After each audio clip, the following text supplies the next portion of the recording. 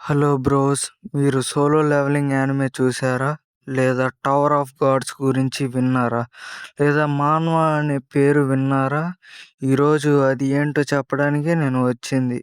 మాన్వా అంటే ఏంటి? మాన్వా అంటే కొరియన్ కామిక్స్, మాంగా అంటే జపనీస్ కామిక్స్, మాన్వా అంటే చైనీస్ కామిక్స్ అని అర్థం. మాన్వా మోస్ట్లీ ఆన్లైన్లో రిలీజ్ అవుతుంది బ్రో, అక్కడ నుంచి చూడొచ్చు. మొబైల్ ఫోన్లో స్క్రోల్ చేసుకుంటూ ఈజీగా చూడవచ్చు. అండ్ ఇంపార్టెంట్ థింగ్ ఏంటంటే మాంగా అది జపానోళ్ళది. అది బ్లాక్లో ఉంటుంది బ్రో, బ్లాక్ అండ్ వైట్లో ఉంటుంది, అందుకే కొంచెం కష్టం ఉంటుంది. ఇప్పుడు యానిమే ఫ్యాన్స్ మాన్వా చదవడం స్టార్ట్ చేశారు. ఎందుకు మాన్వా అంత అడిక్టివ్ అని నీకు ఎప్పుడైనా అనిపించిందా? నేను మాంగా చదువుతా, కొద్దిగా చాలా అడిక్టివ్ బ్రో. మాన్వాలో హీరోస్ ఎట్లా ఉంటారో తెలుసా? స్టార్టింగ్లో వీక్ అనిపిస్తారు, తర్వాత 20 చాప్టర్స్లో ట్రైనింగ్, తర్వాత బూమ్ వరల్డ్ స్ట్రాంగెస్ట్ అయిపోతారు. మరి ఎగ్జాంపుల్ కావాలంటే ఇది సోలో లెవెలింగ్లో సంజింగ్ వూల్, వాడు ఫస్ట్ వీకే, తర్వాత ఎనిమీస్ మొగుడై కూర్చున్నాడు. మీరు మాన్వా చదివితే తెలుసుది మీకు వాడెంత పవర్ఫుల్. మాన్వాలో లాజిక్ సింపుల్ బ్రో, హీరో కష్టపడాలి, ఫ్యాన్స్ బాధపడాలి, లాస్ట్లో హీరో సూపర్ అవ్వాలి. మాంగాకి మాన్వాకి ఉన్న డిఫరెన్స్ ఏందో తెలుసా?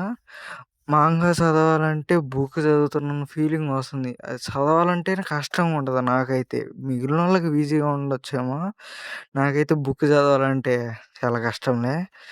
కానీ మాన్వా చదువుతున్నప్పుడు మాత్రం నెట్‌ఫ్లిక్స్‌లో యానిమే చూస్తున్న ఫీలింగ్ వస్తది. మాంగా రివర్స్ రీడింగ్ స్టైల్ ఉంటది.